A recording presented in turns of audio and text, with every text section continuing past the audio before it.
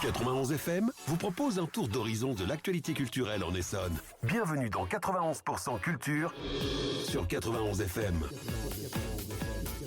Auditeurs et auditrices du 3 mars, bonsoir. Auditeurs et auditrices du 8 mars, bonjour et bienvenue dans le studio de 91 FM. Il est l'heure de parler culture en ce mardi soir ou ce dimanche midi. Accompagné d'un de mes fidèles chroniqueurs, je vous propose de parler cinéma et de rire avant d'accueillir notre invité artiste qui lui nous parlera musique. Avec moi ce soir donc, il nous a rendu prisonniers de ses chroniques dont nous sommes impatients de découvrir son éclairage sur la suite des aventures d'Harry Potter. C'est Éloi. Salut Simon. Ça va Éloi? Ça va très bien et toi? J'ai vu là, il m'a rendu prisonnier et tout. Bah oui, prisonnier d'Azkaban. Donc voilà, je m'adapte. Tout à fait, on va parler de ça aujourd'hui. Et voilà. Donc, Harry Potter 3. Harry Potter 3, tout à fait. Voilà, avec donc, la suite des aventures et avec le prisonnier d'Azkaban qui est son parrain. Ah oui, j'allais dire ce qui est son troisième opus, mais... Oui, non.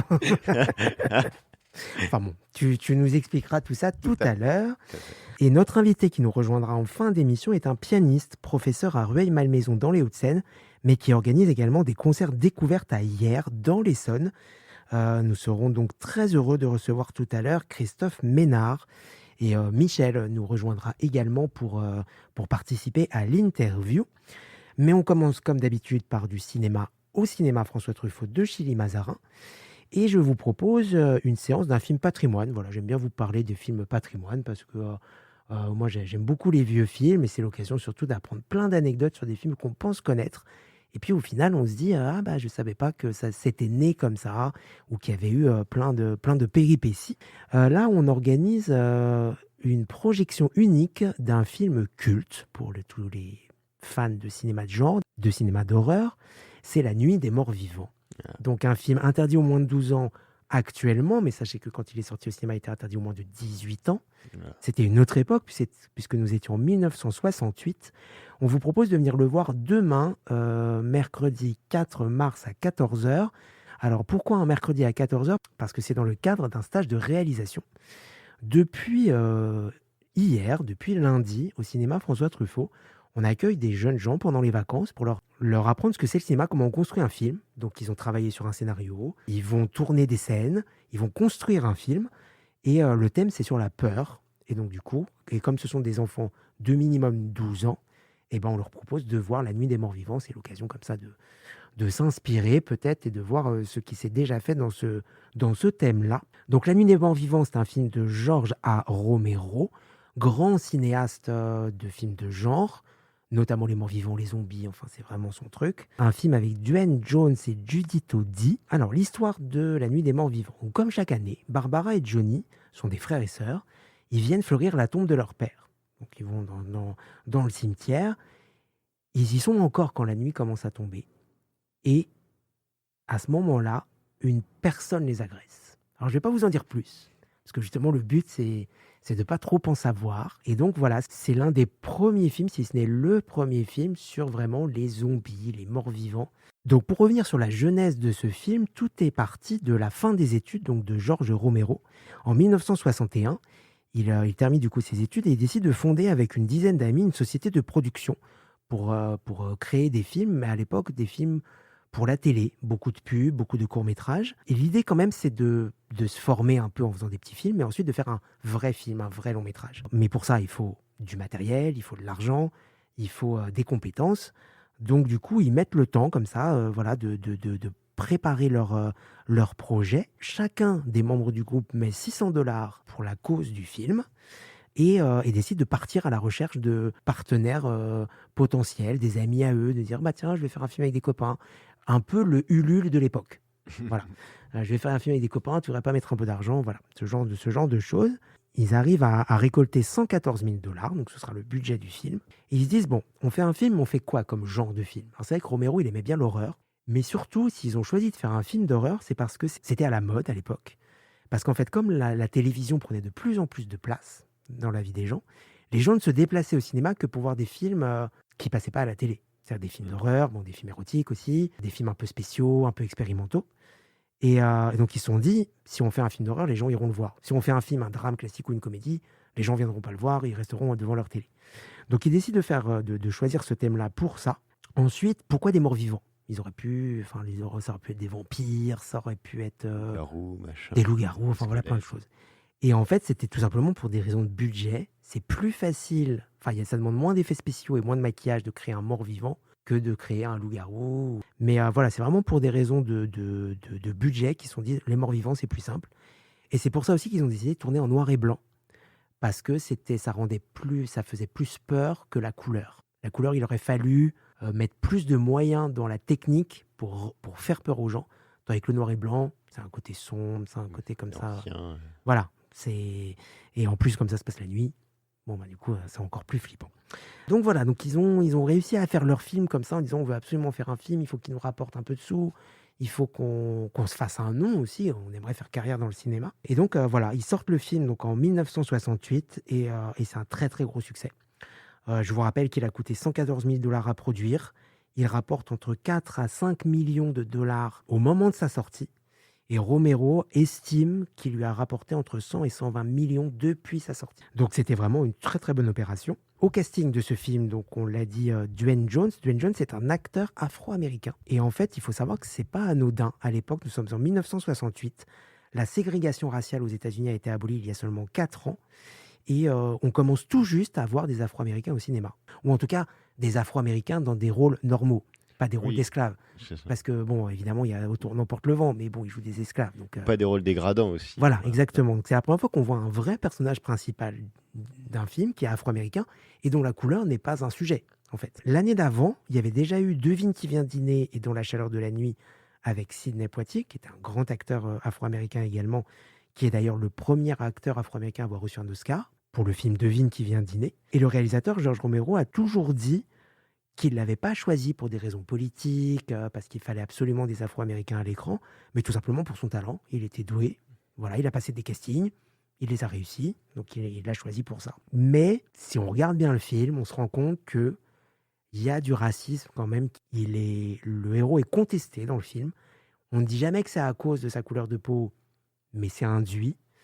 Et puis voilà, ça ne se finit pas très très bien pour lui, sans vouloir vous en dire plus. Voilà, donc du coup, même si Romero s'est toujours défendu de faire un film politique, quand on le voit, on est obligé d'y voir un sens politique. Il y a même des gens qui ont dit que c'était une métaphore de la guerre du Vietnam, la nuit des morts vivants. Alors le problème, c'est que tous les films qui sont sortis pendant la guerre du Vietnam, il y a toujours des gens pour dire « Ah, mais il y a une référence. » Bon. Ah, la soupe aux choux, il y a une référence avec. Je ne sais pas, je n'ai pas vu la soupe aux choux, je peux pas. Voilà. Mais voilà, c'est un peu. Il y a des gens qui l'ont dit, je suis pas sûr que ce soit véritablement. En tout cas, le réalisateur s'est toujours défendu d'avoir fait ça. Donc, mais le côté racisme, le côté dénonciation du racisme, il est plus prégnant et on le ressent plus. Donc, dans la suite de sa carrière, Romero s'est donc fait une spécialité de faire des films d'horreur sur des morts-vivants, ou des zombies. Les deux termes existent, je pense que c'est la même chose. Hein. Donc, il a fait 1978 le film Zombie, 1984 Le Jour des Morts Vivants, 2005 Le Territoire des Morts, 2008 Les Chroniques des Morts Vivants, 2009 Les Vestiges des Morts Vivants. Je veux dire qu'il était un peu monomaniaque. On a l'impression, c'est comme Hélène et les garçons, il y a les mystères de l'amour, Oui, les vacances de l'amour. c'est ça. La même chose. C'était le Hélène et les garçons des morts vivants. Voilà. Pourquoi ils n'y auraient pas droit aussi. Et il y a eu également un remake donc, de La Nuit des morts vivants en 1990. Et ça, c'est une belle histoire parce qu'il a été réalisé par Tom Savini. En fait, Tom Savini, c'était un spécialiste des effets spéciaux. Et en 1968, il avait été engagé par George Romero pour faire les effets spéciaux du premier film. Mais il avait dû partir à l'armée, donc c'était l'époque de la guerre du Vietnam, comme on l'a dit. Et donc, du coup, il avait été mobilisé. Il avait dû, juste avant le tournage, on l'avait envoyé au Vietnam pour faire la guerre. Et du coup, il n'avait pas pu participer au premier tournage. Et donc, quand l'idée est venue de faire un remake du film, donc plus de 20 ans après, Romero a dit, il faut que ce soit lui qui le fasse. Il a raté le premier tournage, il faut que ce soit lui qui dirige le deuxième tournage. Je trouve que c'est une jolie histoire, c'est très joli. Hein. C'est une belle fidélité, justement, de dire, voilà, tu as raté le premier film, c'est toi qui réaliseras le deuxième.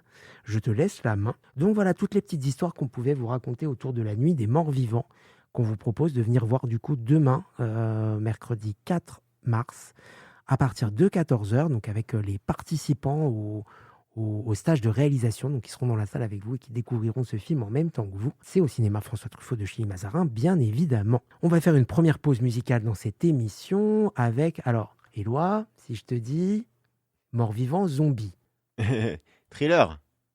Eh ben non, plus simple. Tu vois, j'ai pas été jusque-là. Tu connais pas le titre Zombie des Cranberries? Non, Ah bon, bah écoute, tu vas découvrir un titre des années 90 qui a marqué les années 90. Ça se trouve, tu connais sans oui, je pense, je connais sans t'en rappeler. je pense. Mais c'est vrai que j'aurais pu prendre Thriller, effectivement. Mais là, je me suis juste dit zombie. Bon, bah voilà, j'ai pas été chercher plus loin. Donc, on écoute tout de suite Zombie des Cranberries et on se retrouve juste après pour la suite de 91% Culture.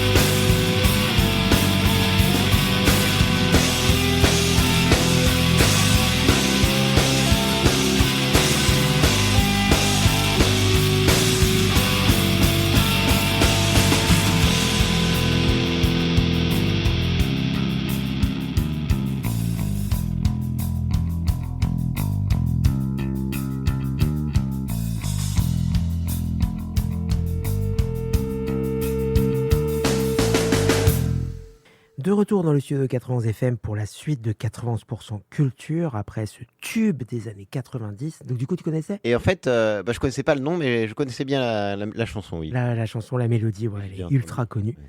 Et d'ailleurs, ça nous a permis de voir que sur YouTube, elle avait dépassé les 1,7 milliard de vues. Ouais. Donc voilà, gros tube effectivement des années 90. Retour dans les années 2000.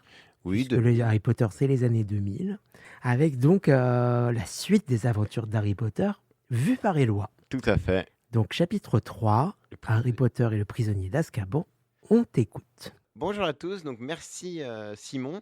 En effet, je vous ai laissé le mois dernier avec Harry Potter et la Chambre des Secrets. Donc cette fois-ci, place à Harry Potter et le prisonnier d'Azkaban. Donc comme d'habitude, Harry Potter commence chez les Dursley, l'horrible famille de Harry.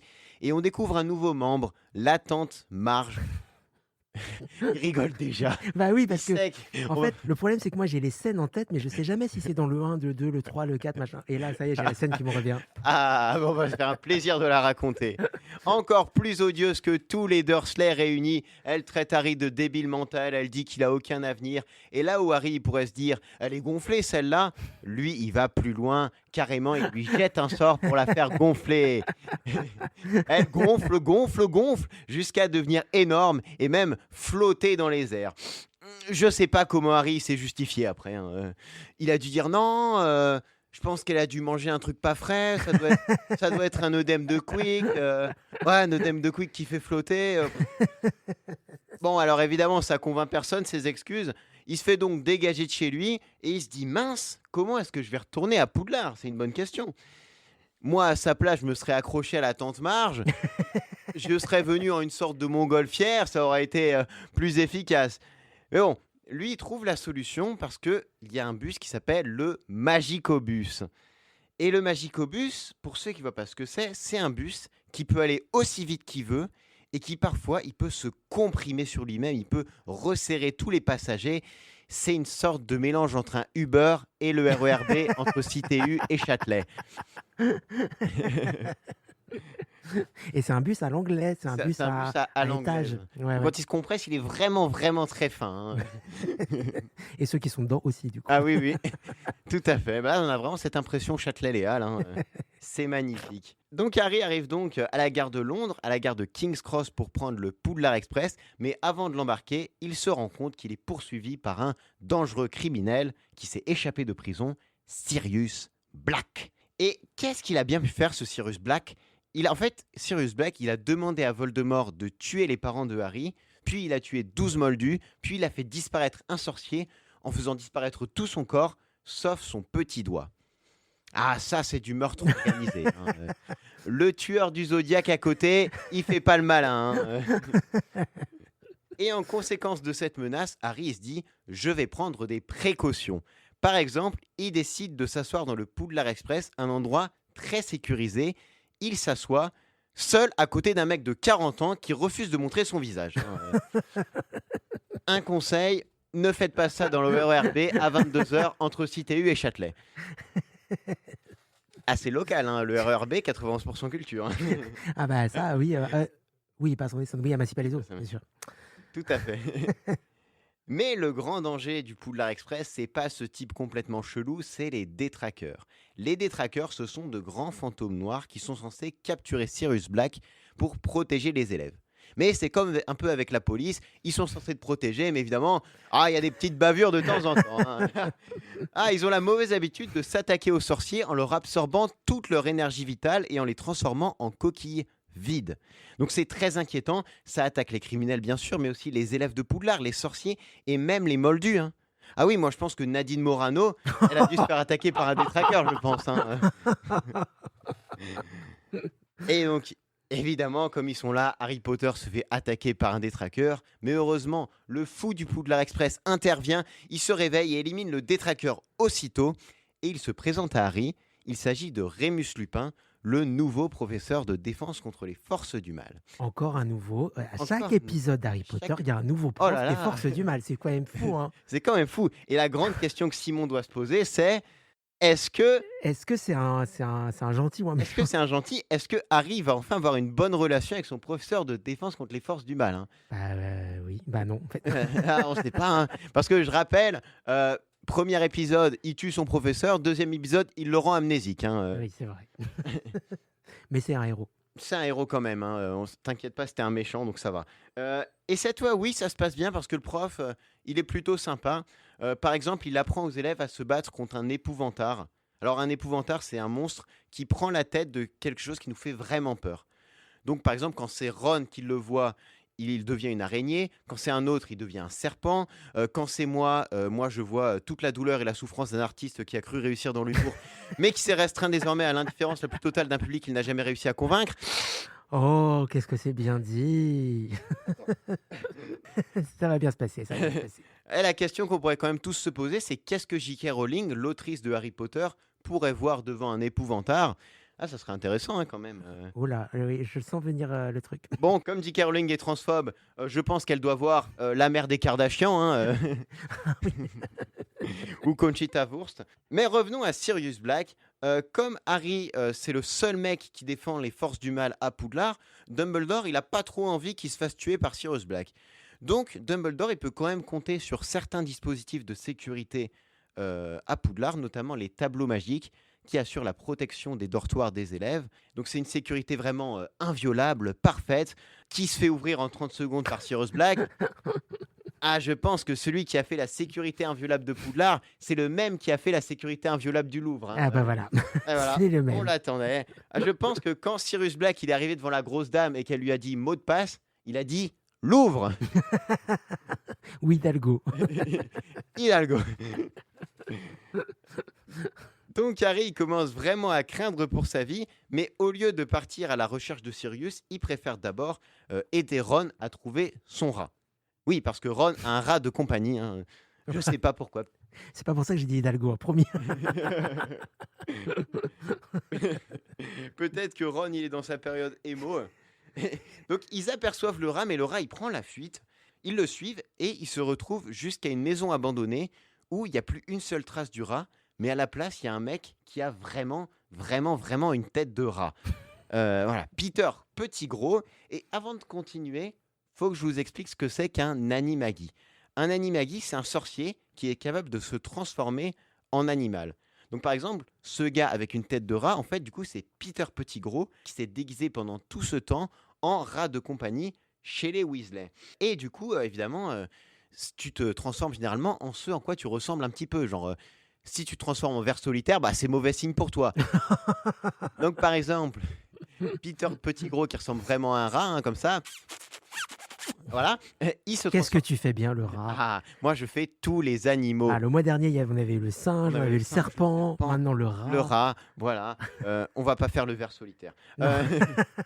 Donc on se transforme après à ce en quoi on ressemble. Donc du coup, Sirius Black, comme c'est un peu un chien, il se transforme en chien. Justement, il arrive dans la cabane et là, on se dit, bah, c'est le duel final. C'est Harry contre Sirius Black avec Ron, Hermione et Peter Petit Gros qui le regardent.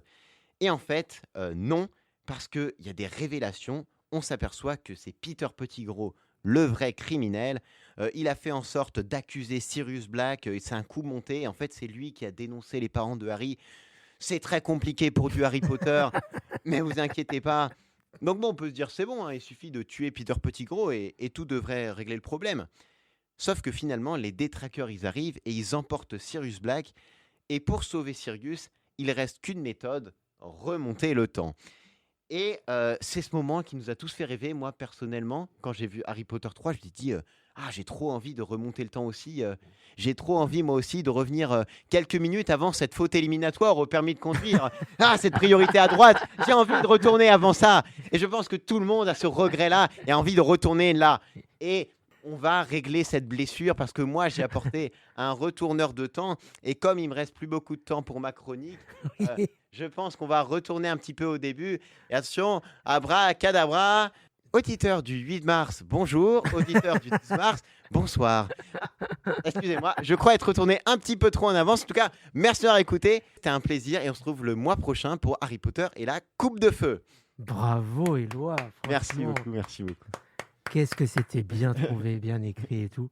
Et alors, ce retourneur de temps est assez moderne, je trouve. Oui, un retourneur de temps qui mesure la fréquence cardiaque aussi. Oh bah écoute, on n'arrête plus le progrès. Alors moi, le retourneur de temps de Harry Potter m'a pas trop fait rêver puisque je suis de l'époque Retour vers le futur.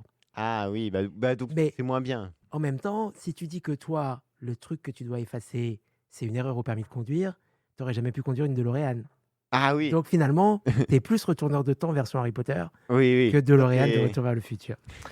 En tout cas, voilà, toujours un plaisir d'avoir ton éclairage sur Harry Potter. Et l'épisode 3 est un très bon épisode, c'est effectivement. Je pense que c'est celui qui c'est le plus, fait le plus de score au box-office, il me semble. Ah, je n'ai pas les. Je peux pas te dire ça. Peut-être ça se bat avec quelques-uns, mais je crois Ouais, que c'est possible. Mais ce qui est sûr. Ah, par contre, pour le mois prochain, Harry Potter et la Coupe de Feu, c'est mon Harry Potter préféré. Ah, Donc là, je serai encore. Si c'est possible d'être encore plus attentif, je suis déjà beaucoup. Mais alors là, vraiment, moi, la Coupe de Feu, c'est vraiment le Cédric Diggory. Voilà. Bref. Encore merci, Éloi, merci. d'avoir participé à cette émission avec ton texte. Et tu as choisi un coup de cœur musical. oui. Alors, jusqu'à présent, tu étais dans la magie. Tu avais dit, voilà, on a écouté Magic System. Voilà, tu avais dit, voilà, je tourne autour du thème de la magie. Voilà, je me dis, bon, c'est pas spécialement la magie, on est dans un univers un petit peu féerique. J'aurais pu prendre des musiques qui font un peu référence à la prison, genre La Route de Memphis ou quelque chose comme ça. Oui, effectivement. Et finalement, j'ai choisi Cendrillon de Téléphone. C'est une musique que j'aime bien, qui est vite fait en lien avec la magie, donc pourquoi pas. Et puis, qui a un très joli texte. Moi, je me souviens quand j'ai découvert je me suis dit, mais quelle originalité, justement, de revisiter le conte. Bah, un peu comme quand tu revisites Harry Potter.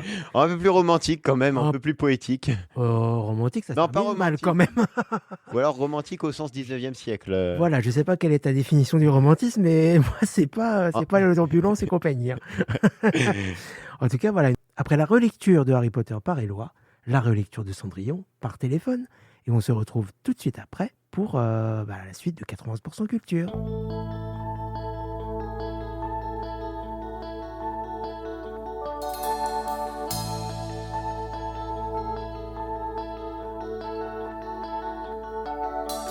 Cendrillon, pour ses 20 ans, est la plus jolie des enfants. Son bel amant, le prince charmant, la prend sur son cheval blanc. Elle oublie le temps dans ce palais d'argent. Pour ne pas voir qu'un nouveau jour se lève, elle ferme les yeux et dans ses rêves, elle part. Jolie petite histoire.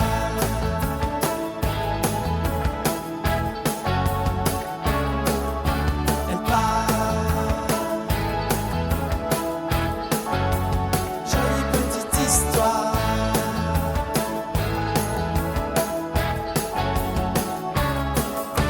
Cendrillon, pour ses 30 ans, est la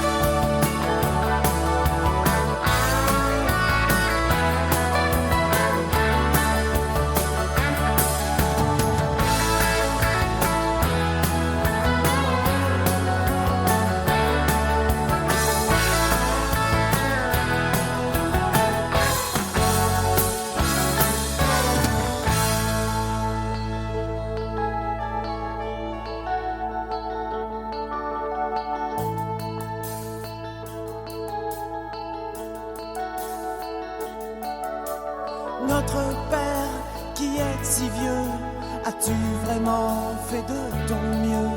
Car sur la terre et dans les cieux, tes anges n'aiment pas devenir vieux.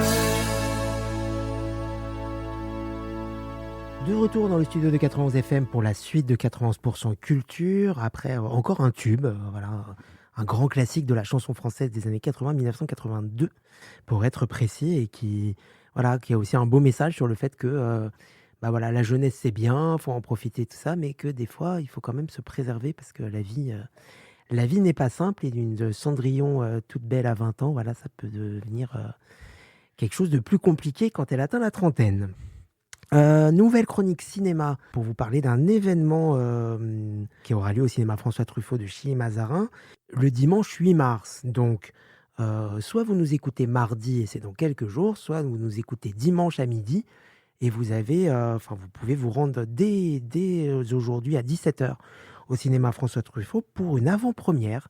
L'avant-première d'un film qui s'appelle La Guerre des Prix. Une avant-première parce que le film sortira courant mars, avec une rencontre avec le réalisateur, Anthony Dechaud. Donc c'est le premier film, c'est un acteur à la base et qui réalise ici son premier film. Et puis la rencontre se terminera par un petit buffet pour pouvoir échanger autour de quelques victuailles. Alors des victuailles qui, on espère, ne viendront pas de la grande distribution. Pourquoi ? Éloi, il rigole parce qu'il sait déjà de quoi je vais parler. Alors de quoi parle La Guerre des Prix ? Elle nous raconte l'histoire d'Audrey, qui est fille d'agriculteur, son frère aussi travaille dans l'exploitation, c'est une exploitation laitière. Donc elle est vraiment du monde de l'agriculture, mais elle travaille dans un hypermarché. Et en fait, un jour, on lui donne une promotion pour intégrer la centrale d'achat de son enseigne. C'est-à-dire que c'est elle qui va être chargée d'acheter les produits pour remplir les rayons, tout simplement. Et donc du coup, on l'intègre à la centrale d'achat pour promouvoir du bio, des produits éthiques, en disant, toi qui es fille d'agriculteur, toi qui es né dans ce milieu-là, tu peux influer sur la politique d'achat de l'entreprise. Mais ce qu'elle découvre, c'est un monde impitoyable où faire exister ses convictions est un combat. En fait, il va falloir qu'elle se batte. En plus, une femme dans un milieu d'hommes. Alors, c'est pour ça qu'on vous le propose le 8 mars. Je vous rappelle que le 8 mars, c'est la Journée internationale des droits des femmes. Et qu'on a décidé d'avoir une sorte de contre-programmation. Alors, c'est pas un film sur les droits des femmes en lui-même, mais ça montre quand même comment une femme doit se battre pour exister dans un monde d'hommes. Donc, il y a quand même, ça respecte quand même cette thématique. Alors, comment l'idée est venue à Anthony Dechaud, comédien, de réaliser son premier film sur ce sujet ? Eh bien, en tant que comédien, il est beaucoup intervenu dans des entreprises. Ça arrive des fois qu'on embauche des comédiens pour participer à des séminaires, pour animer comme ça des rencontres entre salariés. Et un jour, il a participé au séminaire annuel des acheteurs d'une enseigne de grande distribution. Et il raconte qu'il se souvient parfaitement de la phrase d'introduction de ce séminaire. Le directeur de l'enseigne s'est adressé à ses salariés en leur disant « Si on est réunis aujourd'hui dans cette salle, c'est pour savoir qui sont les requins et qui sont les requins tueurs. Et nous, les requins, on n'en veut pas. Ce qu'on cherche, ce sont les requins tueurs. » Il a découvert en fait comment les salariés étaient poussés à être des requins, il n'y a pas d'autre mot, des prédateurs, quoi. Donc il s'est dit, mais c'est incroyable, personne n'en parle. Tout le monde voit le côté producteur. Alors on sait que le monde paysan connaît des difficultés. Tout le monde voit quand il va faire ses courses l'inflation et les prix qui s'envolent. Mais personne ne se pose la question de qu'est-ce qui se passe entre les deux, en fait. Et donc, du coup, il a fait énormément de recherches pour un peu briser le tabou et l'omerta, parce que c'est vrai que c'est quelque chose dont personne ne parle et dont surtout les protagonistes ne veulent absolument pas parler. Voilà. Il a trouvé quelques interlocuteurs, notamment quelqu'un qui se présente comme un repenti. Alors, on a l'habitude de parler des repentis quand c'est des criminels qui retournent dans le droit chemin. Bah là, la personne elle-même qui s'est présentée à lui disait, moi, j'ai fait partie de ces gens qui ont travaillé dans les centrales d'achat de la grande distribution et je me considère comme un repenti. C'est-à-dire qu'il ne se sentait pas fier de ce qu'il avait fait. Il a rencontré aussi pas mal d'agriculteurs regroupés dans des coopératives. Ça se fait de plus en plus. Parce qu'un agriculteur tout seul face à une grande distribution, une enseigne de grande distribution, il n'a aucun poids. Donc de plus en plus, les agriculteurs se regroupent entre eux pour être plus puissants et pour essayer d'exister. Et donc du coup, on apprend plein de choses sur ce milieu-là. Et notamment des boxes de négociation. En fait, il faut savoir que les négociations entre les représentants des marques où les agriculteurs et les représentants Des grandes surfaces. des grandes surfaces, merci Éloi, ça se fait pas dans un bureau classique, ça se fait dans des box, des petites pièces closes, sans fenêtre. Donc il y a une espèce de pression, c'est-à-dire que tu rentres là-dedans. C'est interrogatoire. Hein. Ah bah oui, mais complètement, complètement. D'ailleurs, quand on voit le film, il a voulu justement, la façon dont il a filmé, la façon dont il a éclairé ces scènes-là, ça donnait vraiment l'impression d'une garde à vue, le fait de se dire, mais on se sent complètement à la merci de ces gens dont c'est le métier d'être dans ces box, qu'ils sont habitués.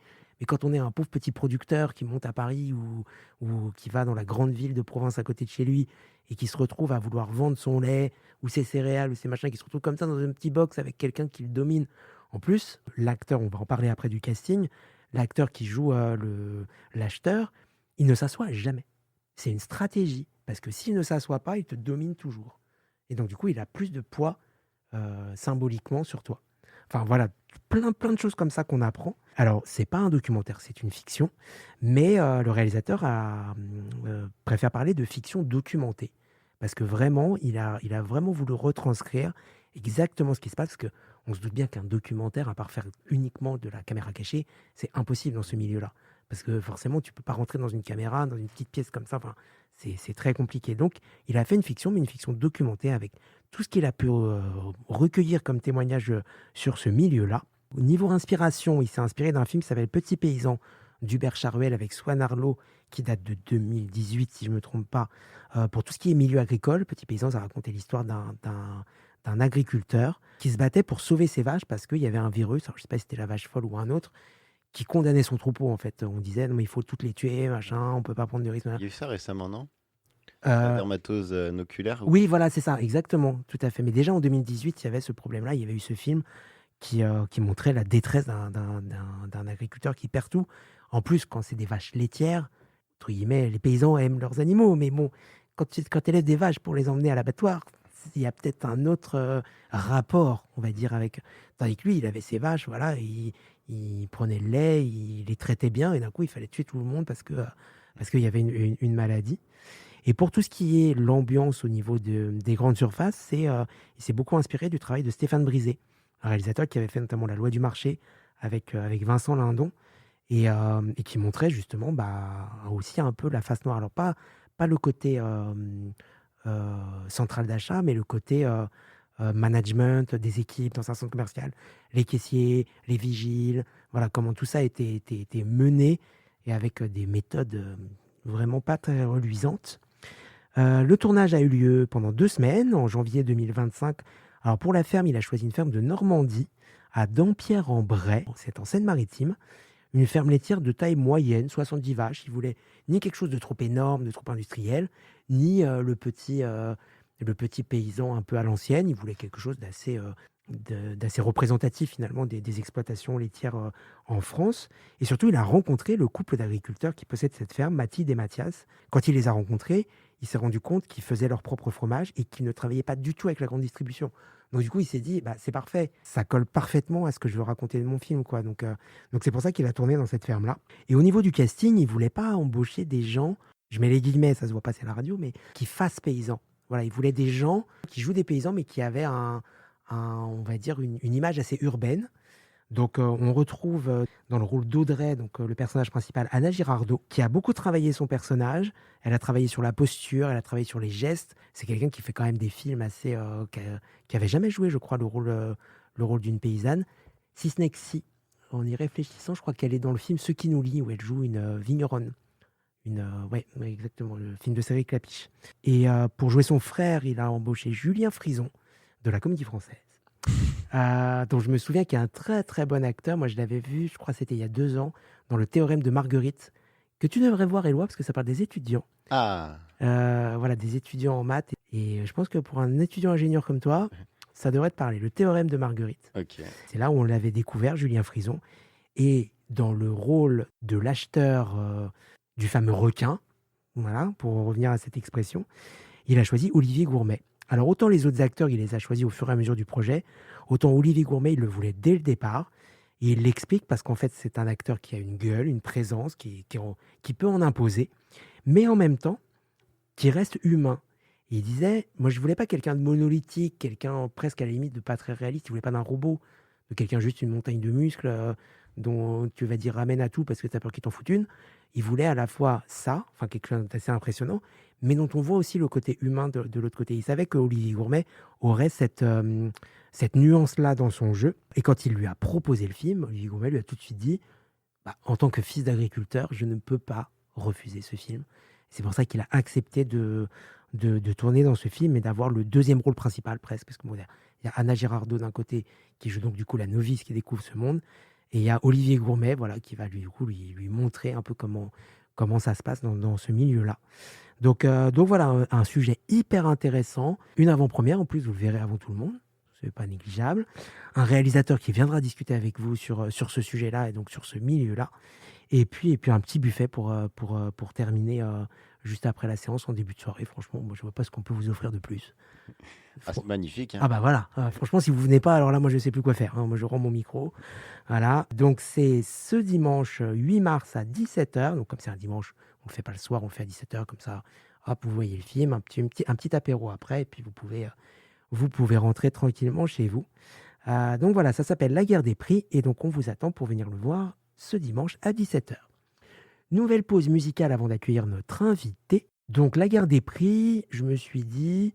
Prix, ça m'a fait penser à une chanson qui s'appelle Price Tag, alors qui doit dater des années 2010, interprétée par Jessie J, qui fait partie de ces titres un peu pop des années 2010. On avait les Rihanna, on avait les Beyoncé, et puis il y avait Jessie J également. Donc voilà, je me suis dit, voilà, c'est enlevé, c'est de la pop comme on aime, voilà, qui fait bouger et tout. Donc voilà, je vous propose de découvrir ou de redécouvrir ce titre. Je remercie Éloi également qui va devoir peut-être aller réviser ses cours, je ne sais pas, mais qui va devoir nous quitter en cours d'émission. Merci Éloi. Merci à toi Simon. D'avoir continué ta saga Harry Potter et hâte d'entendre ce que tu vas dire de la Coupe de Feu. Donc je rappelle, mon Harry Potter préféré. Donc je t'attends au tournant. Non, je plaisante.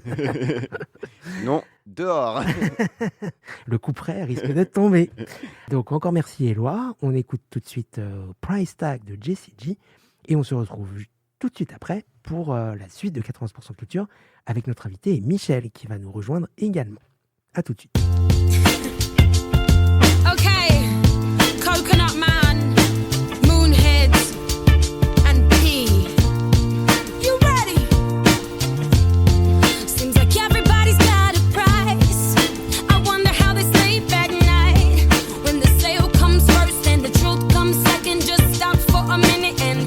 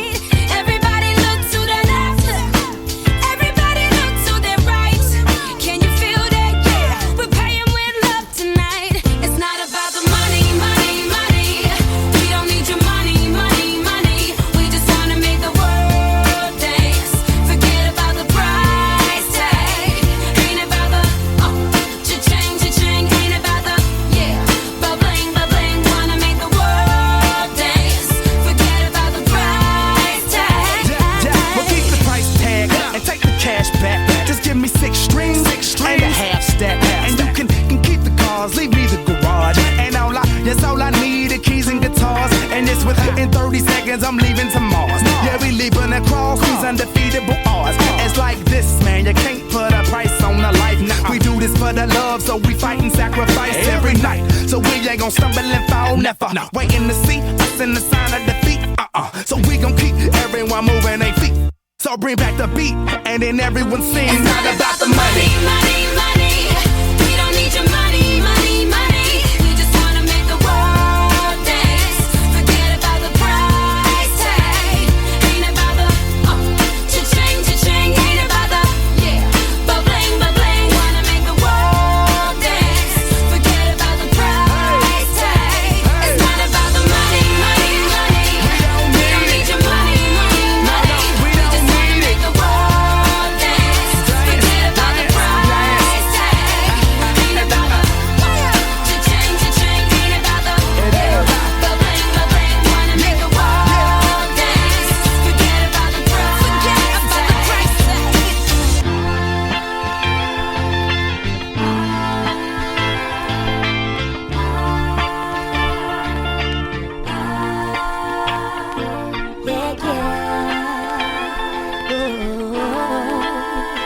Forget about the price tag.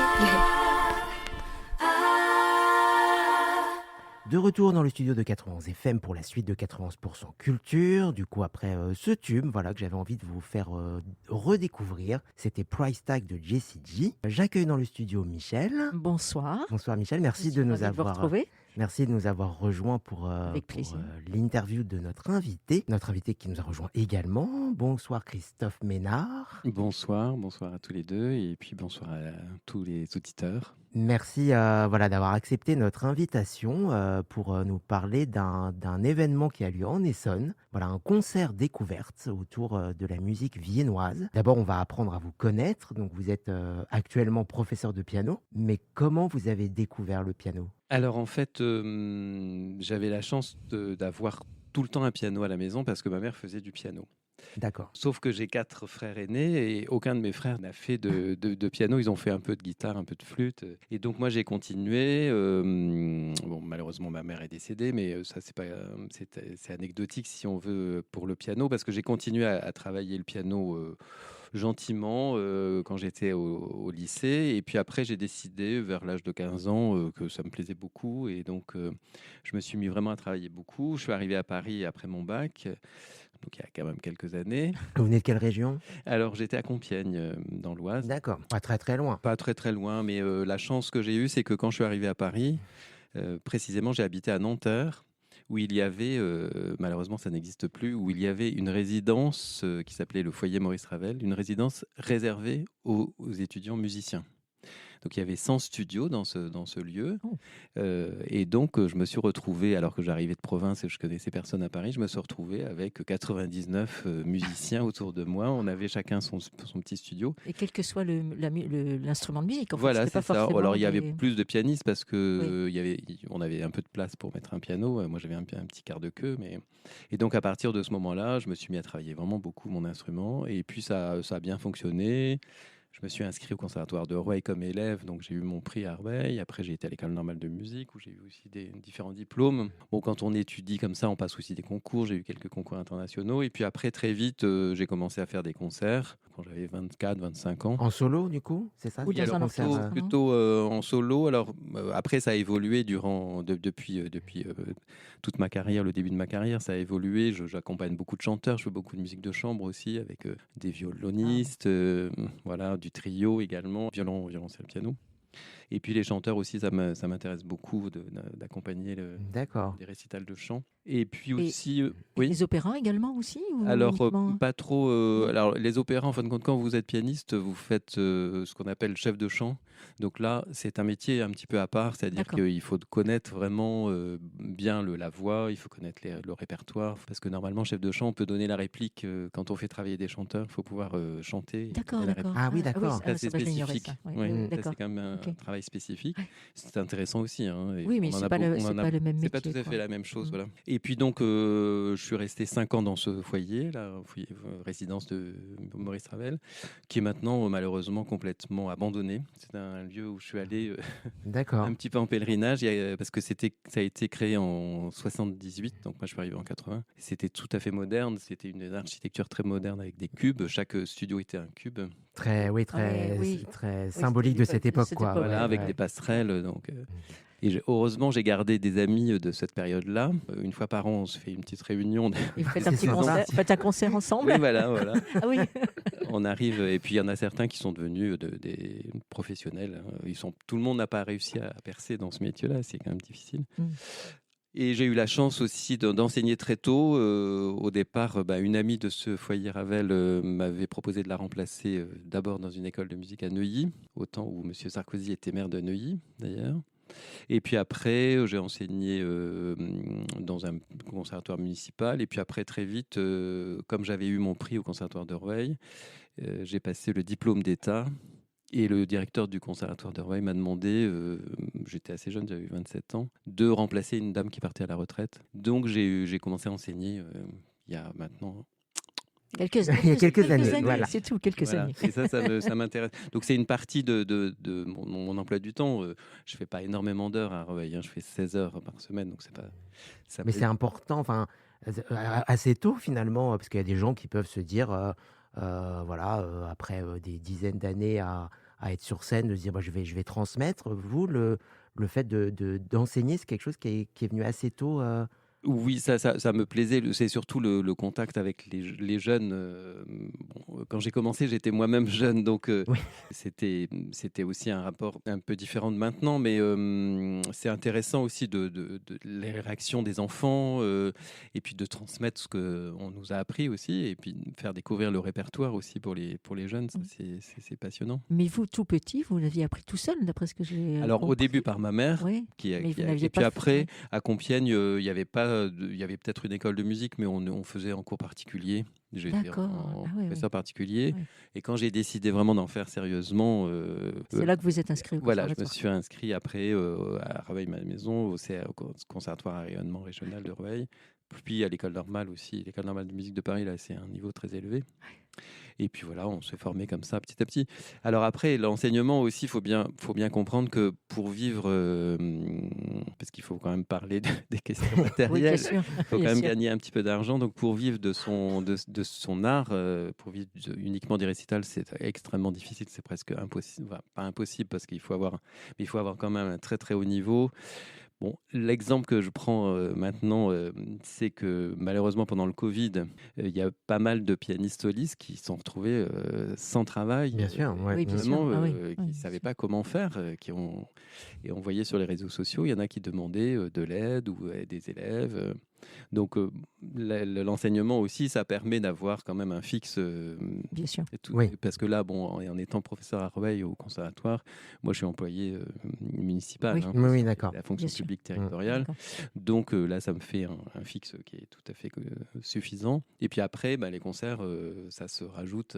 Donc ça me permet, en ne donnant que 16 heures par semaine, ça me permet d'avoir quand même des journées pour travailler Oui, bien sûr. moi-même mon instrument, parce que ça, c'est toujours très très important. Parce qu'on n'arrête jamais de travailler. On n'arrête C'est jamais, et fou. c'est surtout ça qui me plaît moi beaucoup, c'est qu'on n'arrête jamais de travailler, on n'arrête jamais d'apprendre, et on n'arrête jamais de découvrir. Parce que justement, si j'intitule les concerts que je fais, notamment à la pépinière d'hier, concert découverte, c'est pour d'abord faire découvrir aux gens, mais en même temps, en préparant ces concerts, très très très souvent, moi je découvre aussi des compositeurs, ou des liens entre, ça me plaît aussi beaucoup, entre différents artistes. Vous voyez, des fois des peintres. J'ai fait Ah oui. oui, d'accord, le mélange, enfin le mélange des différents arts. ouais. Ça, je trouve L'association ça de- vraiment oui. passionnant. Ah oui. Et notamment à la pépinière, au mois de novembre, je crois, j'ai fait un concert sur Matisse et la musique, Oh. qui est un sujet vraiment très très très riche. Parce qu'il a participé à plusieurs opéras, à 2 opéras. Et puis lui-même faisait du violon, son fils faisait du violon. Vous voyez, alors tout ça, Mais- c'est des... Mais comment ça se passe dans ce cas-là? C'est vous qui choisissez des musiques en rapport avec les tableaux ou comment... Alors c'est moi qui fais des recherches. Bon, maintenant Oui. avec Internet, Oui, c'est vous plus cliquez Matisse et la musique, vous avez 50 pages qui apparaissent. Donc il y a beaucoup de facilité maintenant avec Internet pour faire des recherches. Même vous pouvez aller dans les bibliothèques à l'étranger, vous pouvez trouver des partitions qui sont aux États-Unis. C'est tout à fait faisable maintenant. Donc pour Matisse, j'ai moi-même fait des recherches. Après, j'ai découvert quelques compositeurs qui sont venus en France, qui ont été en relation avec Matisse. Et ce qui fait que... C'est Voilà, génial. c'est tout à Bah fait oui, oui, c'est- intéressant. Ah oui. Et voilà, donc là, le concert que je vais préparer pour la pépinière du mois de mars, c'est autour de Vienne. Là aussi, il y a énormément de compositeurs qui sont venus travailler à Vienne. Donc, c'est compliqué de faire, c'est même difficile de faire un choix parce que ces concerts découvertes que j'organise, ils durent à peu près 1 heure et quart. Donc il faut réussir à synthétiser. Comme je parle aussi, je présente un petit peu les compositeurs. Quelquefois, quand je peux, je projette des images. Oui. Pour, D'accord. vous voyez, pour un peu, évidemment, pour Matisse, c'était les tableaux Oui. aussi, Bien sûr. parce qu'il y a beaucoup de tableaux. Qui devait résonner justement avec Voilà. la musique. Et, C'est Ses superbe. enfants, Ouais. ses C'est 3 enfants faisaient des de la images musique. illustres. Voilà, sa fille faisait du piano, Marguerite faisait du piano. Et son fils Pierre faisait du violon et Jean, je crois, faisait du violoncelle. D'accord. Ouais. Donc à chaque fois que vous faites des concerts découvertes, vous dites pas concert découverte Mozart, concert découverte Schubert, c'est vraiment des Des thèmes thèmes. plus larges. Alors, c'est variable. Hein. C'est variable parce que ces concerts découvertes, en fin de compte, quand je les ai créés à Rueil-Malmaison, Oui. il y a maintenant presque 20 ans, à Rueil-Malmaison, j'ai intitulé ça concert-conférence. Bon, c'est un peu. Oui, moi Non, quand c'est j'ai pas- non, c'est ça en fait. Bah, des un fois, peu- quand j'ai lu en fait Parce que c'est un peu pédagogique. le document qui décrit un peu ce que c'est, je me suis dit en fait ça ressemble à une conférence effectivement avec de la musique, mais je trouve le concert découverte effectivement le Ah terme oui. donne plus envie. Oui, alors peut-être. Et puis surtout, des fois, le mot conférence, ça fait un petit peu peur, notamment pour les enfants, pour les jeunes. Oui. Vous voyez. Oui. Bon, alors, en tous les cas, à Rueil, ça fonctionne vraiment très très bien. Ça fait 20 ans que je fais ça et j'en fais 6 dans l'année. Donc au début, je faisais que sur les compositeurs. D'accord. À la découverte. C'était toujours à la découverte d'eux, mais de Chopin, de Bach. Bon, mais au bout d'un certain temps, On a fait le tour. on a fait un petit peu le tour. Bon, là, ça fait presque 60 concerts, conférences que Ah oui, j'ai effectivement. réalisés. Mais c'est un travail de fou. Ah, c'est- Avec- alors, entre les recherches. Et voilà, mais c'est ça qui est vraiment passionnant. Alors, je peux plus vous dire tous les thèmes que j'ai abordés. J'ai, par exemple, Victor Hugo et la musique, ça, c'est illimité parce que vous avez énormément de mélodies sur des thèmes de Victor Hugo. Alors, l'avantage quand je fais ces concerts à Rueil-Malmaison, c'est comme donc ça, c'est au sein du conservatoire. Comme le niveau du conservatoire est assez élevé, je fais participer des étudiants du conservatoire. Ah oui. D'accord. Qui joue avec Qui vous. eux, ça leur permet de se produire sur scène Mm. devant un public. Et donc, il y a souvent un ou une chanteuse, il y a souvent un instrumentiste, un violon, un violoncelle. Et vous en faites 6 par an, puis donc ça veut dire un tous les 2 mois quasiment. Enfin, Alors c'est, après, il n'y a pas pendant ouais. au début de l'année, ça commence au mois d'octobre Mhm. jusqu'au mois de mars, parce qu'après, il y a les examens des élèves. Donc, Ah oui, donc c'est un par D'accord, mois, ouais. quasiment. c'est un Enfin, par mois. c'est Oui, c'est ça. mois, ouais, c'est Un ça. par par mois. oui. Là, pour vous dire, dimanche dernier, c'était autour du violoncelle. Donc là, je présentais carrément l'instrument. Comme il y a, Ah oui. il y a 5 classes de violoncelle au conservatoire de Rueil avec un niveau très très élevé. Donc, C'est vous qui avez le choix, en fait, justement, des étudiants ou, alors non, là, non. là pour les Je demande. étudiants qui participent, je préviens j'envoie un message au professeur, puis je leur dis est-ce que tu as quelqu'un qui pourrait Oui. venir jouer, est-ce qu'il est libre, est-ce qu'il veut bien jouer ça. J'impose pas trop, Non. sauf si c'est autour d'un compositeur. Par exemple, avant celui sur le violoncelle, c'était sur Jean-Sébastien Bach. Bon, Bach, c'est contemporain, donc là, il y avait forcément du Bach, quoi. Oui, forcément, oui, forcément, oui, c'est- Mais par contre, voilà, quand vous vous adressez aux étudiants, vous avez déjà choisi le thème. Oui, C'est-à-dire bien que sûr, vous- il faut Et les donc du prévenir. coup, parce que j'imagine que voilà, il y a des études, enfin la musique est tellement variée que faire du Bach ou faire du Mozart ou faire du Chopin, c'est pas du tout la même chose. Donc du coup, il y a des étudiants qui sont plus à même Oui. de jouer certains compositeurs. Voilà, et comme je ne veux pas non plus leur donner trop de travail supplémentaire dans leur scolarité. Bien sûr. Mais ça les aide, je pense aussi. Ça, En général, oui, vous avez raison. En général, ils sont toujours très contents parce que eux-mêmes, ils assistent au concert-conférence. Donc Voilà. eux-mêmes, ils apprennent plein de choses. Et puis surtout, ils jouent sur scène. Après, à la fin, ils ont une petite fleur. On leur offre une rose. c'est sympathique, Le effectivement. rituel, et puis ils ont leur petite biographie dans le programme, vous voyez, donc ça c'est déjà un pied dans le métier de. Ouais, c'est un plus quand même. Oui. C'est un Ouais. plus. Bah oui, et puis les professeurs aussi aiment bien. Alors, donc je contacte les professeurs, puis ils me disent tiens, j'ai celui-là, est-ce que tu veux il peut te jouer ça, qu'est-ce que tu en penses? Mais il faut les prévenir évidemment 2 ou 3 mois à l'avance, quoi. Oui, donc c'est aussi de l'organisation. Voilà. Au-delà des recherches et tout ça, il y a pas mal d'organisations pour mettre tout Oui. ça en place. Et comment vous êtes venu jusqu'à la pépinière de hier, du coup Alors, de Rueil-Malmaison jusqu'à hier Oui, oui, c'est- le chemin n'est pas forcément forcément aisé. C'est vraiment l'opposé. Il se trouve qu'un de mes bons amis travaille à Hyères.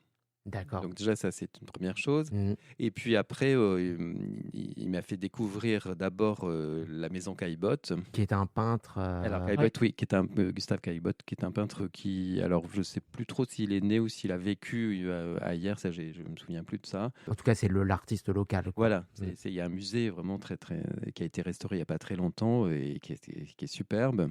Donc j'ai commencé, et Caillebotte a été aussi en relation avec son frère, dont j'ai oublié le prénom. Son frère était musicien aussi. D'accord. Donc il a aussi été en relation avec beaucoup de compositeurs. Donc j'avais déjà fait un programme autour de Caillebotte, avant que la maison Caillebotte soit restaurée, avant que le musée soit restauré, donc il y a peut-être une dizaine d'années. Et que c'est comme ça que j'ai commencé à être un petit peu en contact avec la ville. Et puis après, cet ami qui travaille à Hyères m'a parlé de ce lieu tout à fait sympathique et étonnant qui est la Pépinière. Donc je pense pas que vous connaissiez ce lieu. Non. Alors non, moi c'est hier, vrai, je non, connais non. la grande salle de spectacle. J'y suis allé il y a quelques années. Mais effectivement, la Pépinière, Non, non, ça non. ne Ouais. me parle pas. C'est vraiment tout à fait intéressant comme endroit et comme démarche. En fin de compte, c'est un ancien couvent, je crois de la fin du 19e ou début 20e, assez récent, qui devait être détruit ou qui Il était à l'abandon un peu ou... Alors, il y non avait quand même des sœurs qui y habitaient, Ah, d'accord. mais qui D'accord. n'étaient pas en bon état, effectivement. Les sœurs ou le suivant Les sœurs étaient très âgées. Les sœurs étaient très âgées, paraît-il. Et donc, ce lieu n'a pas été détruit, il a été racheté pour créer des logements sociaux. D'accord. Donc, je crois qu'il y a 23 logements, des logements d'insertion. Donc, Mhm. ça a été, c'est un centre qui a été racheté par l'association Solidarité Nouvelle pour le logement. Et à l'intérieur de cette structure, il y a un centre socio-culturel qui utilise un des bâtiments de cet ancien couvent, c'est la petite chapelle. Donc avec une acoustique Petite particulière. chapelle qui est assez récente, hein, qui est en plus qui a été restaurée. Tout a été restauré de toute façon pour mettre ces logements. Et la petite chapelle sert de salle de spectacle. Ils font aussi du yoga, ils font plusieurs animations. Et il y a un petit piano. Et donc, comme cet ami m'a dit qu'il y avait ce lieu qui se créait, c'est assez récent, la restauration de la chapelle.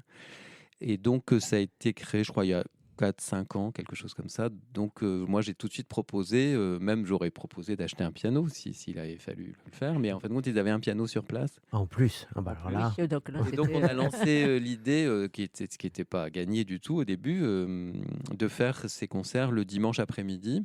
Donc on a intitulé ça les dimanches musicaux de la Pépinière. Donc je crois que c'est la 4e année maintenant. Et donc c'est la formule, c'est entrée libre et puis les gens donnent ce qu'ils veulent après. Ensuite. D'accord. Et finalement, ça a tout de suite bien accroché. Bon, j'en fais 3 dans l'année. Et maintenant, il y a des habitués qui me demandent à chaque fois qu'est-ce que vous allez faire la prochaine Ouais, fois. c'est devenu un rendez-vous Ouais, c'est ça. attendu justement pour pouvoir découvrir. Et donc du coup, est-ce que vous avez fait un thème sur Caillebotte? Est-ce que c'était le Alors, premier Caillebotte et la musique? Non, la Caillebotte, c'était avant que je crée cette idée de concert découverte. Hier, oui. Hier, oui. C'était pas dans la même structure. Parce que D'accord. Caillebotte, c'était avec la municipalité, on avait organisé ça. Et donc là, c'est une structure plus associative. Oui, presque familiale, je dirais, amicale en tout cas, et parce qu'ils font d'autres. Par exemple, il y a un jardin. Ils font aussi ils organisent Les événements. des événements dans le jardin, voyez, pour le printemps. Ah, c'est Voilà. D'accord. Ah ouais, Ils font plein de choses. C'est vraiment passionnant. Ils font des petites expositions de peinture aussi, parce que dans la chapelle, ils ont mis des cimaises. Donc, Oui, donc oui, le lieu se prête vraiment à l'art. quoi, À l'art, en fait. voilà, c'est ça, En- exactement, ça. sous Et toutes donc, ses formes. la musique n'y était pas encore il y a 3 ans. Maintenant, il y a des concerts tout le temps. Quoi. Ah, c'est vrai. Ah oui. Ah, Bah oui, oui, je ne sais ah, pas oui. si c'est ça, mais en tout cas, Ah bah certainement. la salle, ils ont commencé à faire connaître la salle. Et puis, comme la salle, c'est une petite dimension, donc ça fonctionne très bien pour des petites formules, Oui. des duos, vous voyez, et tout style de musique. Ils font aussi un peu du théâtre. Très bien. Bah, en tout cas, ça donne envie de découvrir ce lieu, effectivement. Et donc, le 15 mars, il y aura donc le prochain concert découvert. Donc, c'est autour de Vienne et la musique. Donc, à toute époque, justement, parce que alors, moi, on me dit Vienne, je pense à Mozart, Oui, je pense à Bien, déjà. Strauss, ouais. avec Oui. la valse. Oui, la valse. Et puis, ça s'arrête là. Et je sais qu'en plus, Strauss, ils sont 2. Oui, oui. Voilà, ah oui, alors, c'est vrai, Le oui, père il y a et- Johan voilà. les aussi. deux avec Johan. Tous les voire deux même s'appellent plus, Johan. parce qu'il me semble qu'il y a d'autres Ah oui, qui sont c'est une moins connus. famille, Enfin, c'est toute oui, une oui, famille, ils ont oui, tous oui. été compositeurs. Exactement. C'est vrai. Oui. Donc, en fait, comment ça se passe quand on arrive au concert découverte? Il y a une petite présentation, on enchaîne les morceaux et entre guillemets, les petits exposés sur les différents compositeurs. Alors, en fin de compte, comme vous l'avez peut-être remarqué, comme j'aime bien parler, euh, Mais c'est très bien, nous on adore Au écouter. contraire, bien sûr, on apprend toujours. Ouais. et comme ça. j'aime bien justement oui, transmettre et faire découvrir, donc c'est alterné entre musique et parole et musique. Voyez. Des fois, je commence le spectacle tout de suite avec de la musique, des fois, je dis une petite introduction. Ce que j'aime bien aussi, c'est faire des petites citations. Des fois, on trouve des citations dans la correspondance, dans les contemporains, qui par exemple pour Beethoven, on a beaucoup de lettres de Beethoven à son frère. Donc là, il y aura des lectures, il y a des lectures. Alors, c'est vous qui écrivez aussi tout ça? Oui, mais ça, c'est de l'écriture. Tout est écrit, mais comme je le parle, c'est de Oui, l'écriture. d'accord, c'est Voilà. un soutien plus. C'est un par soutien, rapport à voilà, votre c'est ça. oral, oui. Voilà. D'accord. Ok. Et donc là, pour ce qui est de Vienne, pour simplifier, en fin de compte, on dit toujours qu'il y a 2 écoles de musique à Vienne. On parle de l'école de Vienne. Pour la deuxième école de Vienne, c'est les contemporains du début du XXe siècle. C'est Schoenberg, Berg et Webern. Donc ça, c'est des compositeurs qu'on connaît un peu moins bien. Quand on n'est pas spécialiste. Oui. Puis la première école de Vienne, c'est Haydn, Mozart, Beethoven. Voilà. D'accord. Pour simplifier. Hein. D'accord. Donc ça commence en fin de compte au milieu du XVIIIe siècle avec Haydn et Mozart. Et puis après, au XIXe siècle, Beethoven est à cheval sur les 2 siècles puisqu'il est né à la fin du XVIIIe et il est mort au début du XIXe. Puis après, il y a Schubert aussi. Donc ça, c'est un incontournable, Schubert, parce qu'il s'est beaucoup inspiré de la campagne viennoise. Et il est né, il est mort à Vienne. Il a très peu bougé. Et puis après, il y a d'autres compositeurs qui ne sont pas nés à Vienne, mais qui ont vécu là. Par exemple, Gustav Mahler, il a été directeur de l'Opéra de Vienne pendant une dizaine d'années. Avant d'aller aux États-Unis. Il y a Brahms aussi, qui est allemand, mais qui voulait absolument venir étudier et travailler à Vienne. Ah oui, donc il est ça fait venu. quand même beaucoup de personnes. On a l'impression que c'était vraiment, quand on aime la musique et qu'on est germanophone ou même au-delà, parce qu'il y a peut-être des Français ou des Italiens qui sont allés jusqu'à Vienne, mais en tout cas, on a l'impression que c'était comme une espèce de... Il y avait une attirance. Oui, absolument. Oui, parce que je pense que... C'était un centre musical très recherché en Europe. C'était aussi un centre, ça c'est important de le dire, pour l'édition musicale aussi. C'est-à-dire les éditeurs de musique étaient très influents et très importants à Vienne. Donc les gens, pour se faire connaître, il n'y avait pas 36 moyens. Soit il fallait être joué, soit il fallait être publié. Ouais. Il y avait pas. C'était l'incontournable pour se faire connaître, le lieu incontournable. Oui, voilà. Et puis pour rencontrer les gens justement. Rencontrer, puis les partitions, il fallait les diffuser aussi à travers l'Europe, à travers les autres pays, quoi. Donc il fallait être édité. Donc il y avait ça qui faisait aussi venir les gens. Et il y avait beaucoup de lieux, de salles de concert à ce moment-là, de salles de concert, disons de lieux particuliers qui se prêtaient. Il y avait l'opéra déjà. Oui, l'opéra de Vienne, bien sûr. Il y avait aussi des opéras. Le seul opéra de Beethoven, Fidelio, a été créé à Vienne, mais c'était la banlieue. C'était un théâtre qui était en banlieue de Vienne. Maintenant, c'est inclus dans la ville, mais... oui, à l'époque, c'était à la périphérie, effectivement. À la périphérie. La flûte enchantée, c'était créé aussi... Mozart, c'était créé à Vienne aussi. Donc, les opéras... les salles de concert, ça, il faut que je fouille avant le 15 mars. Et est-ce qu'aujourd'hui, Vienne a toujours ce prestige musical aussi ? Est-ce que c'est toujours pareil Alors, évidemment, quand vous allez à Vienne, vous avez Mozart et Strauss. Voilà, les 2 grandes têtes d'affiche, c'est Johann Strauss et puis Wolfgang Amadeus Mozart. Vous avez les petits chocolats là. Ah carrément, oui. Ah oui. C'est pas ça. Oui, les petits chocolats ronds avec la tête de Mozart. Il faut que je connais pas Vienne du tout en fait. Ah oui, alors c'est pas quand vous avez dans la rue, vous avez les gens déguisés en Mozart parce que vous avez plein de lieux dans les églises notamment ou à Schönbrunn aussi au château où vous avez des spectacles. Entièrement consacré à Mozart. Ouais, parce que c'est vraiment la figure. On mange un petit chocolat et on a tout de suite la musique en tête. Ça déclenche en fait des. Non, c'est amusant, oui, ces petits chocolats. Oui, Je sais plus oui. comment ils s'appellent. Oui, c'est vrai, Mozart c'est- Kugel, je crois, un truc comme ça. D'accord. Ouais, c'est- Rigolo, oui. Ils sont très connus là. Oui, oui. Et donc, du coup, le concert découverte, est-ce que c'est chronologique ou est-ce que vous faites des passerelles entre.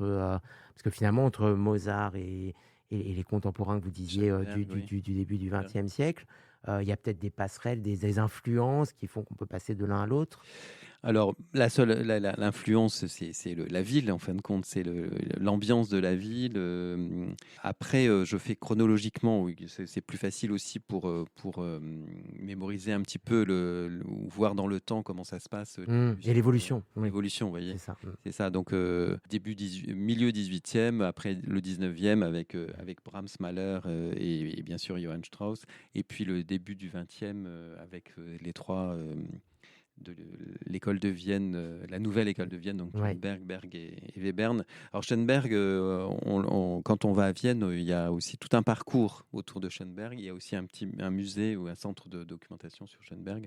C'est un compositeur qu'en France, on le joue pas trop, hein, et Berg et Webern non plus d'ailleurs, mais ils sont quand même. Schoenberg est très très connu là. En Autriche, En et donc Autriche, à Vienne ouais, ouais. principalement. Et peut-être parce que du coup, enfin, c'est pas arrivé jusqu'à nous, parce qu'il y a toujours. Alors, c'est bien d'avoir des figures comme ça qui permettent d'identifier Vienne comme capitale de la musique, mais du coup, c'est un peu écrasant peut-être de passer après les Strauss et les Mozart et les, Bah, et les alors, Schubert. Quoi. après, il faut être un peu plus connaisseur en écriture musicale parce que cette nouvelle école de Vienne, donc c'est d'abord le point de départ, c'est Schoenberg. Parce qu'après, Berg et Webern ont été des élèves de Schoenberg. D'accord. Et donc là, le but de Schoenberg, enfin, ce qu'il souhaitait faire, c'était vraiment affranchir le système tonal, c'est-à-dire faire éclater un petit peu le système tonal traditionnel. Et ils ont créé ce qu'on appelle la musique sérielle ou la musique dodécaphonique, c'est-à-dire que vous n'aviez plus les tonalités qu'on avait avant, fa majeur, sol mineur, mais on avait les 12 sons de la gamme. La gamme. Oui. Qui étaient, donc c'est ce qu'on appelle les séries de 12, qui étaient mis dans un ordre X dans le D'accord. début du morceau, et Mhm. après on retrouvait cet ordre-là Régulièrement. dans le D'accord. courant du morceau, inversé ou D'accord. en miroir. Enfin, c'est tout un système d'écriture. C'est vrai que pour les amateurs à l'oreille, ça sonne pas comme comme sonne la musique de C'était une Strauss. sorte de révolution un peu. Ah oui, ah oui, c'est ils ont un peu vraiment ça. tout. C'était c'est- l'éclatement complet. Voilà. Les classiques, les modernes qui bousculent un peu les classiques en Mhm. disant il y en a marre de cette musique un peu poussiéreuse, faisons des choses. On est au XXe siècle, faisons quelque chose de Voilà, plus. il fallait trouver un nouveau système D'accord. d'écriture. Et donc, du coup, c'est l'occasion justement de. Alors, évidemment, j'imagine que vous allez jouer des musiques qu'on connaît tous, même sans forcément les identifier sur la flûte enchantée, sur voilà, les grands classiques.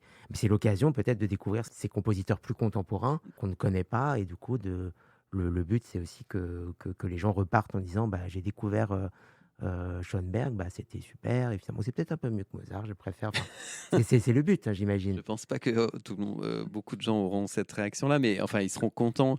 Le but, c'est de montrer qu'il y avait aussi autre chose que, effectivement, que Mozart et Strauss à Vienne, et que ça a été vraiment un centre, et ça continue. Hein, c'est surtout ça aussi.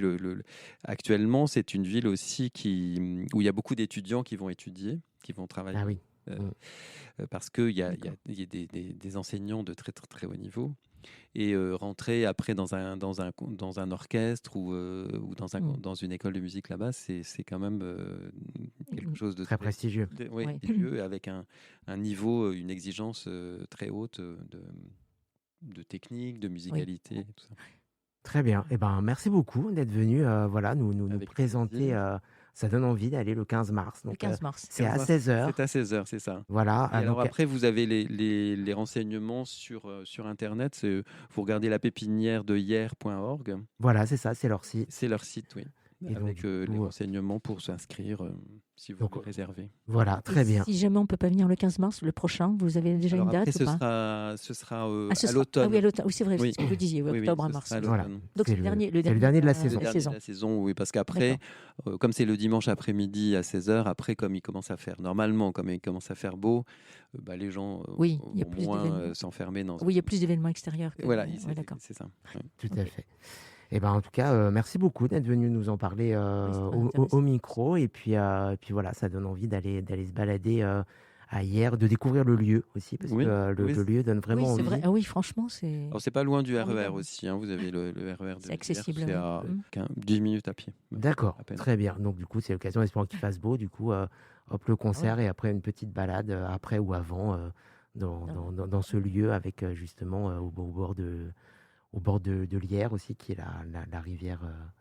Et alors la petite anecdote aussi, c'est qu'il y a donc un petit parc qui jouxte ce bâtiment de la pépinière, et il y a un petit bâtiment au fond du jardin où Larousse a écrit son Larousse. Son Ah, le dictionnaire. di- Le dictionnaire. dictionnaire. Ah, Oui. c'est vrai. Et donc, il y a un lieu qui lui est consacré. Enfin, il y a une Alors, espèce de petite expo. Enfin, expo, enfin, de- vraiment, c'est au fond, Ah oui, c'est presque la cabane au fond du jardin. En fait, il était puni ce jour-là. Il s'est dit, bah, tiens, je vais. Et donc, en fin de compte, pour l'instant, c'est pas restauré. On peut le visiter, Oui. mais c'est pas. C'est une petite pièce en fin de Oui. compte. Et c'est C'est anecdotique, fou. mais c'est amusant. Oui, de se dire, savoir- de dire se ça. dire Oui, que, oui, quand Mm. même qu'il a été là. Oui, oui, d'accord. Voilà. C'est amusant. D'accord. Donc, plein de choses à voir, en fait. Donc voilà, C'est pas effectivement, on ne savait C'est pas, pas que la voilà, musique. on ne savait pas, même en étant de l'Essonne, qu'il y avait autant de Ouais. choses à voir à Hyères, et donc du coup, c'est Oui, c'est l'occasion vrai en plus. d'aller découvrir la ville. Merci d'être venu de Rueil-Malmaison pour nous Oui, c'est expliquer À ce bientôt. qui se passe dans l'Essonne. Cette émission touche à sa fin. Merci beaucoup, Michel, d'être Ah, mais avec venu. plaisir. C'était passionnant. Hein. Oui, effectivement. J'ai appris plein de choses, notamment les petits chocolats. J'ai honte. Il paraît qu'ils sont connus, mais je ne connaissais pas. Michel, J'aurais pu venir. elle est avec venue des faire chocolats. l'interview d'un artiste, elle a retenu que les chocolats. Non, c'est une petite anecdote quand même. Oui, bien sûr, mais ça aide quand même à, comment dire, à passer un bon moment et à Oui, se dire, voilà, les petites anecdotes qui marquent comme ça. On aura appris quelque chose pour notre culture générale. Il y a des petits Absolument. chocolats à Vienne, voilà, avec l'effigie de Mozart. Et merci beaucoup à Christophe Ménard, voilà, d'être venu nous parler de sa passion. Hein. Mais oui, Voilà, ça. c'est la passion pour le piano et donc de ce concert. Donc on vous invite vraiment à réserver vos places pour le concert Moi, découverte. j'avais juste une dernière question. Quels sont les morceaux que vous allez jouer pendant ce concert? Alors, il y aura. Alors, je ne peux pas donner tout en détail, mais je dirais plutôt les Enfin, les œuvres, enfin, les compositeurs. Voilà, les compositeurs. Il y aura le Haydn, Mozart, Beethoven pour la période classique qu'on appelle classique. Après, D'accord. dans la période romantique, il y aura Schubert, Brahms et Mahler, une valse ou deux de Johann Strauss, évidemment. Mhm. Et puis après, des extraits de la nouvelle école de Vienne avec des extraits de Schoenberg, Berg et Webern. Combien de musiciens sur scène? Alors, il n'y aura que moi là. Ah, d'accord. Là, précisé. c'est vraiment. Oui. Oui, donc Voilà. vraiment. Après, je donne. Des fois, D'accord. je fais que des extraits Oui. pour pas que ça dure. Bon, Ok. pour Mozart, je ferai un mouvement d'une sonate. Pour Haydn aussi. Beethoven aussi, d'ailleurs. Donc, ce seront des mouvements de sonate. Après, ce seront des danses, les danses de Schubert, qu'on va d'ailleurs écouter à la fin de l'émission. Danse de Brahms aussi. Mahler, Gustav Mahler, il n'a pas fait de pièce pour piano. Donc, ce sera un extrait d'une symphonie, une transcription. Et puis, une valse de Johann Strauss. Ouais, c'est Voilà. c'est chouette. Ça fait un peu conte musical. Tu sais, enfin, quand on raconte Oui. une histoire agrémentée de musique, je trouve que c'est super. Moi, j'adore. Avec en plus un petit chocolat. On viendra avec des petits chocolats. Ouh là là, Comme ça, on se croira vraiment à Vienne. faut que je On va vois se si je faire peux un en- petit saut à Vienne vite fait pour en je acheter. vois si je peux en trouver à Paris, oui. Non, Et donc, du coup, on parlait des compositeurs et on va se quitter justement avec un compositeur qui est Schubert, Voilà, Franz Schubert. avec le morceau le Gallo Dutch 735. C'est ça. Oh là là, de tête. Pourquoi le choix de ce morceau pour terminer notre émission? Alors, déjà, c'est une des danses de Schubert que je vais jouer le 15 mars. Et puis après, quand on parle aussi de Vienne, on parle beaucoup de Strauss. Il y a la danse qui est très importante aussi dans la musique. Tout le monde a envie, une fois dans sa vie, d'aller à Vienne pour danser. Les fameux balles. Les fameux Oui. bal, le bal du Nouvel An. Donc voilà, c'est un galop qui est assez joyeux, assez enlevé. Et en plus, là, cette version, c'est un pianiste qui s'appelle Gilbert Schurter, qui a fait l'intégrale de la musique de Vienne et qui a été enregistré. D'ailleurs, ce disque a été enregistré à Vienne à la fin des années 60. Et donc, voilà, c'est un grand spécialiste de Schubert qu'on va entendre maintenant. D'accord, très bien. Comme une belle introduction justement Oui. au concert du 15 mars. Encore merci d'avoir été avec nous aujourd'hui. Un grand merci à nos auditeurs et auditrices pour nous avoir suivis toujours aussi fidèlement. Et on se dit à très bientôt pour de nouvelles aventures culturelles.